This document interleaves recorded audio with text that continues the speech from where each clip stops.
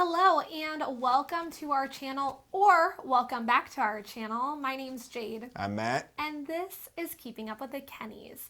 Today we are going to talk about 9 ways that you can consume less this year, because not only do you need to save money by putting it into your savings account, consuming less also allows for more money for you to be able to save. Yeah. So, And if 2020 has taught us anything, we all could save a little more money, True a little more that. cushion for the emergencies. Exactly. So, without further ado, let's get into this video.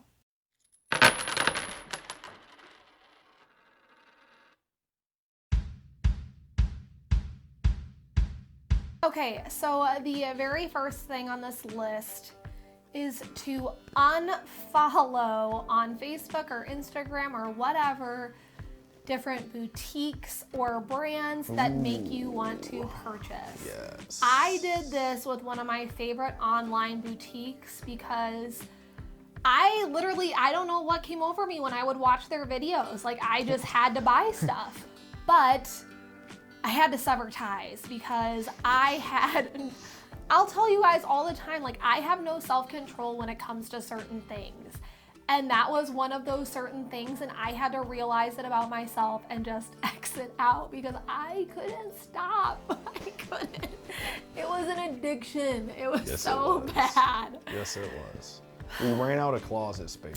We did. Now we have a rod in the basement that she hangs clothes on because we don't have enough space. Next. To go along with kind of what she was saying, unsubscribe from the emails from these people, also from these companies and these businesses, because they're gonna flood your it's all marketing, right? That's the whole point, is to make money. And she enjoys these businesses, and I have places also that comes up on my feed or I get emails from, and I just, oh, what do they have to say? I like the people, what do they have to say? Click, and then they're advertising this. I'm like, oh, look at there. That was real nice. So unsubscribe from the emails, and it just kind of helps. If you don't put yourself in that position, it's easier to say no. And not even know that you need it anyway. It's easier because I did not always say no. It's true. And they make it so easy for you to give your email. And no joke, when I was trying to unsubscribe from places this morning, Pottery Barn was the hardest thing for me to find the unsubscribe, because not only did it not say unsubscribe, it said, if you'd like to unsubscribe, please click here. In this giant paragraph that was like this long, they didn't bold click here, they didn't underline it. They don't want nothing. you to, obviously. So I had to like read word for word and find exactly the spot, and it turned blue when I hovered over it, but in no way would I have ever known to click there otherwise. So it takes a lot of time, and that's why a lot of people don't do it, is because it's time consuming. And then you have places, like one of the places I unsubscribed from is like, well, we're sorry that you want to miss out on great deals and opportunities. And I'm like, how dare you? All right, so the next thing on this list is to stop going to the darn store just because. Just because you're happy, just because you're sad, just because you're mad, just because you're whatever feeling you're feeling, or just because you have nothing else to do for the whole day, when you could be doing something else that's not going and spending your money on things that you didn't even know that you needed and don't actually need. So we are so guilty of this. We used to be avid, and I mean like daily, every single day off, thrift store shoppers. Because one, you get a dopamine rush when you find a good deal and you purchase an item. You get it for $3 and it's like $150 worth. You know? End up becoming like an addict to these things. We do. Whether that be Target, because you go there every chance you get because they have cute stuff and you want to walk around the store, or whatever it is. Ours was thrift stores because I cannot spend that much money on things. Like, I love Target. Yeah, that like, became because we're cheap. We're cheap. Frugal. Frugal. We're frugal. We are frugal. But Frugally cheap. It did. It became like, just because we had time off together, we went to the store. Like, to the point where like every Goodwill near us knew us by name. Yeah. And also had nicknames for us. Like, that should never happen. If you go to a store enough that everyone knows you, you're going there too much, and you're most likely spending money you don't need to be spending on things that you don't need. If you already own an item, just because it's $2 does not mean you should own a second item of it, which we fell into this trap. It's part of the reason why my wardrobe looks the way it does, because every time we would go, I'd pick up an article or two of clothing. Yeah. And then all of a sudden you have 95 articles of clothing. That's after getting rid of 30 items of clothing the other day. And it's still full. So it's just, it got to a point where it had to stop. And so you have to start looking at what you're doing and what your consumer habits are and stop them. I mean, you don't need to go to the store that often. Like, once a week for groceries, maybe if you need to go clothing shopping like once a month. Yeah. That probably is even overdoing it. Don't get into the, like we did with, well, yeah, we went and then we only spent $25, $20. But when you go often, that adds up, and the next thing you know, you're wondering why you can't afford things. You can't afford things, or you don't have money for emergencies, or you don't have anything saved after a few months. So I thought she had good points. Make sure, depending on your mood, people deal with that differently, whether you're happy, sad, angry, whatever. Make sure you try to avoid, if that is kind of your vice, of shopping. And one way to kind of help with that is maybe if you have certain days off, or every week, or if you get off of work on Mondays and Thursdays, make that your shopping trips. So only shop a couple days out of the week, and try to bunch all of your trips and your errands, if possible, as much as possible, into one day. So you're not every single day, you're gonna be saving gas, which is saving money. You're gonna be saving mileage, which is in turn saving money. Wear and tear on your car and tires, which is saving money. And you're not going out to random stores every single day, spending whatever you don't need to spend. So if you cluster those trips. End caps and, walking past like that thing that you never knew existed 2 seconds ago, but now you convince yourself you need. Go to the stores that you need. Go to the bank, go to wherever, and do what you need to do, and go home. And then if you want to, I want to go to this store. Keep that, try to save that till Thursday, if that's your shopping day, and go to all these stores on Thursday.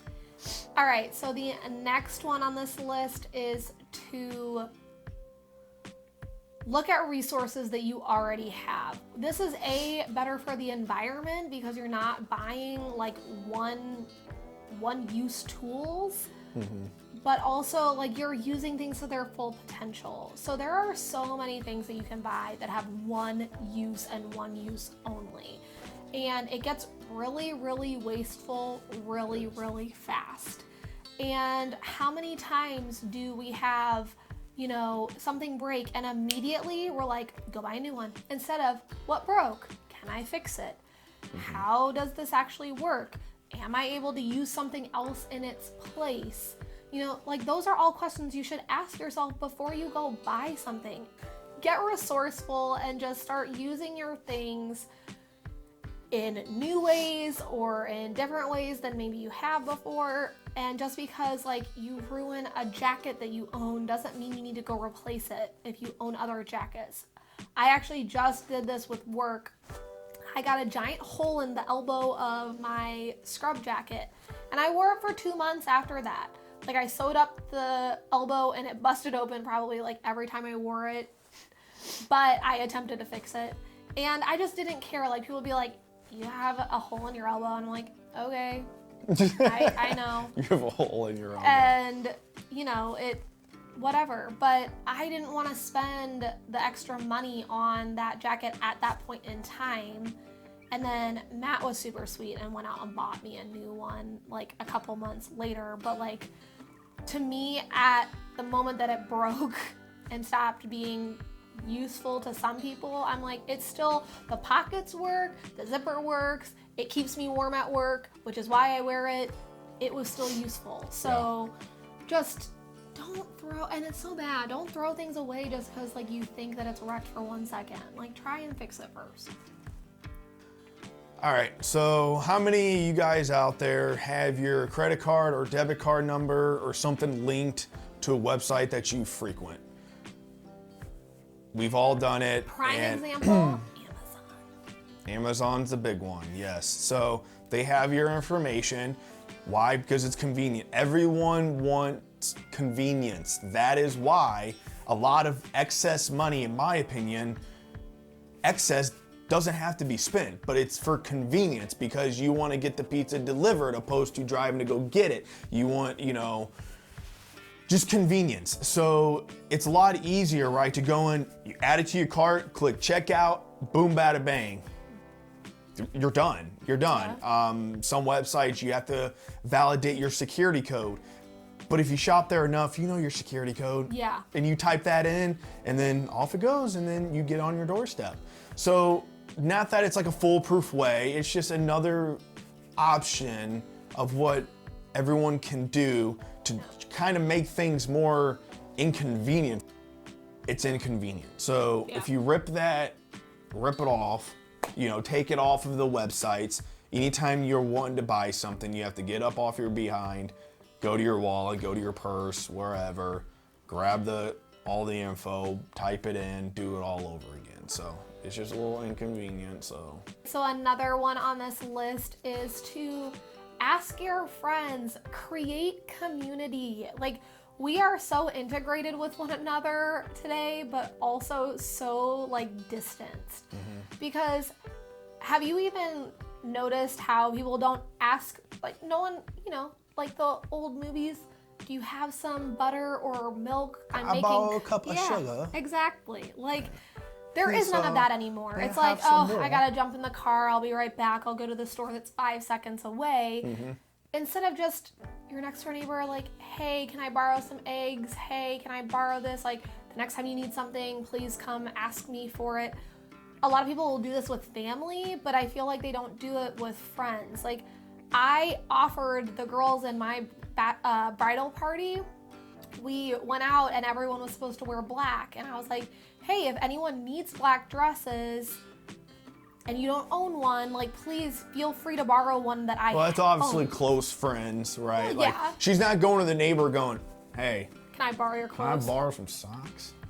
She's not doing that. It's family and close friends, but create community again. We're so about ourselves now, and there's no helping each other out and sharing things. And last but certainly not least is have a waiting period.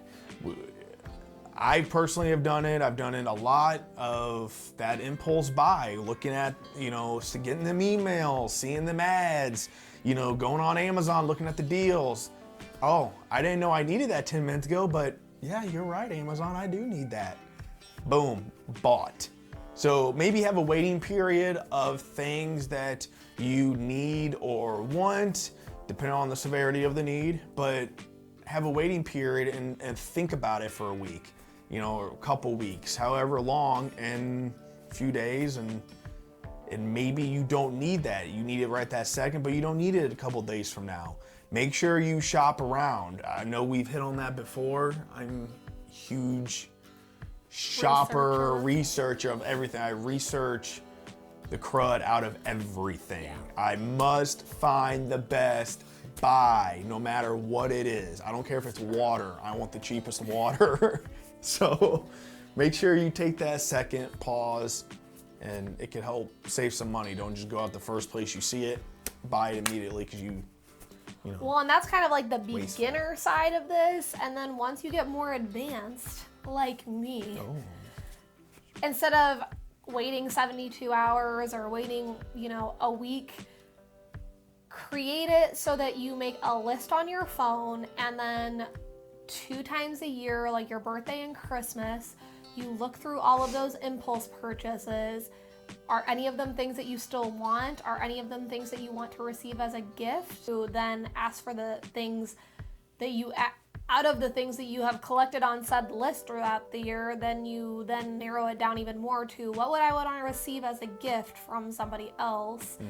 And everything else just falls by the wayside. Like, I delete things off of my list all the time of like, do I want to receive that as a gift? No? Okay, Yeah, then I don't want it. for that. All right, does that wrap up this video? Yep. I think this wraps up this video. That's about all. I think that's enough ranting That's for all, this video. folks. That's all. So we are the Kennys. We post once a week on frugal living, personal finance, personal development, our debt-free life. If any of those things sound interesting to you, hit the subscribe button below. Please comment if you are going to do any of these things to consume less this year. Like I said, better for the environment, better for your wallet. It's a win-win. If you have any tips for us, leave them in the comment. Yeah, we'd love to hear them. And we will Yes. see you guys next time. See ya. Bye.